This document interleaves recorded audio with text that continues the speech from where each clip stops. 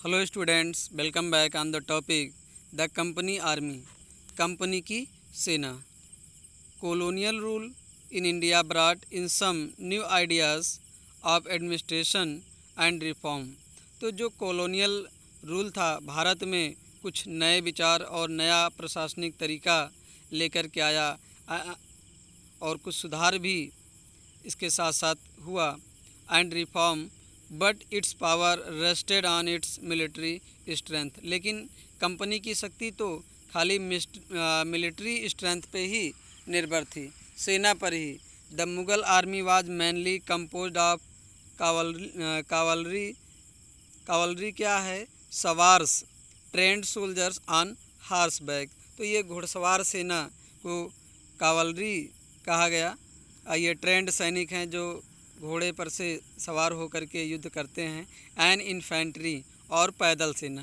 Dead is पैदल foot soldiers. तो ये जो इन्फेंट्री है, डेड इज़ पैदल सोल्जर्स। तो ये जो फुट मतलब पैदल घुड़सवार, ये पैदल सेना है।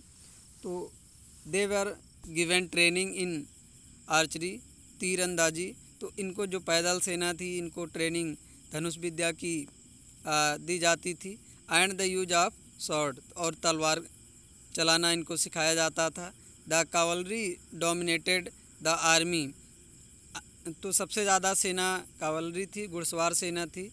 And the Mughal state did not feel the need to have a large professionally trained infantry. तो ब्रिटिश ये जो मुगल स्टेट था, इन लोगों को बहुत ज़्यादा इन्फेंट्री सेना की ज़रूरत नहीं पड़ती थी, पैदल सेना की। क्यों? The rural areas had a large number of armed peasant. तो जो रूरल क्षेत्र था वहाँ पे बड़ी मात्रा में ये पीजेंट थे, अस्त्र चलाना जानते थे। And the local zamindars often supplied the Mughals with पैदल सोल्जर। तो इसके अलावा जो लोकल जमींदार थे, ये भी मुग़लों को जो है पैदल सोल्जर सप्लाई करते थे, इन्फेंट्री सेना।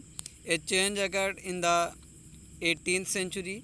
तो एक 18th सेंचुरी में, 18वीं शताब्दी में एक परिवर्तन आया। When Mughal successors states like, जो मुग़ल सक्सेसर स्टेट थे जैसे Awadh and Banaras, started recruiting peasants into their आर्मीज। तो ये पीजेंट्स को सेना के रूप में भर्ती करने लगे। And training them as professional soldiers. तो इनको एक प्रोफेशनल सोल्जर्स की तरह इनको ट्रेनिंग देने लगे। The east India company adopted the same method. और यही तरीका ईस्ट इंडिया कंपनी ने भी अपनाया। When it began recruitment for its own army. तो जब कंपनी ने अपनी अपने लिए सेना की भर्ती प्रारंभ किया, which came to be known as sipahi army. तो ये लोग इनको सिपाही बोले। तो सिपाही क्या है? फ्रॉम द इंडियन वर्ड सिपाही। तो ये सिपाही से ये वर्ड लिया गया है, मीनिंग सोल्जर। तो सिपाही का मतलब होता है सिपाही। As warfare technology change from 1820। तो 1820 से युद्ध की तकनीकी बदल गई। The cavalry recruitments of the company's army declined. तो कावलरी सेना की भर्ती कम होने लगी। This is because the British empire was fighting in the Burma. तो इसका कारण ये था कि ये बर्मा से युद्ध कर रहा था, अफ़गानिस्तान से, and Egypt, where soldiers were armed with muskets and matchlocks. तो जहाँ पे सैनिक जो है मस्केट्स और मैचलॉक से लैस होते थे। ये मस्केट्स और मैचलॉक क्या है, लेट्स नो। यहाँ पे कुछ कीवर्ड्स दिया गया है। Dharmashastra, Sanskrit texts, prescribing social rules. तो ये संस्कृत टेस्ट हैं जो सोशल रूल्स को बताते हैं। And codes of behaviour composed from 500 BCE onward. सवार क्या है? Main on horses. तो उनको सवार बोला गया, जो घुड़सवार जो घोड़े पे सवार होते हैं। मस्कट ये हैवी गन है, एक भारी गन है, यूज्ड बाय इन्फेंट्री सोल्जर्स। तो जो पैदल जो सेना होती थी उनके द्वारा इसका उपयोग किया जाता था। इसके बाद है मैच लॉक। ये क्या है? An early type of gun. तो एक अर्ली टाइप ऑफ गन है, पहले की एक गन है। In which the powder was ignited by a match. तो जिसमें जो गन का जो पाउडर है वो इग्निटेड होता था मैच के द्वारा।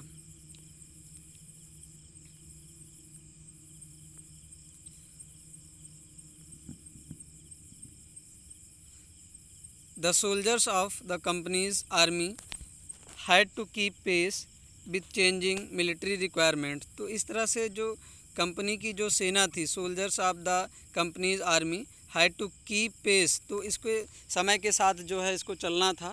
Had to keep pace with the changing military requirement, तो जैसे जैसे मिलिट्री रिक्वायरमेंट्स पड़ती थी उसी के हिसाब से इसको चलना था। And it's infantry regiments now become more important. तो अब इन्फेंट्री रेजिमेंट्स जो पैदल सेना थी इसकी ज़्यादा कंपनी को आवश्यकता पड़ने लगी।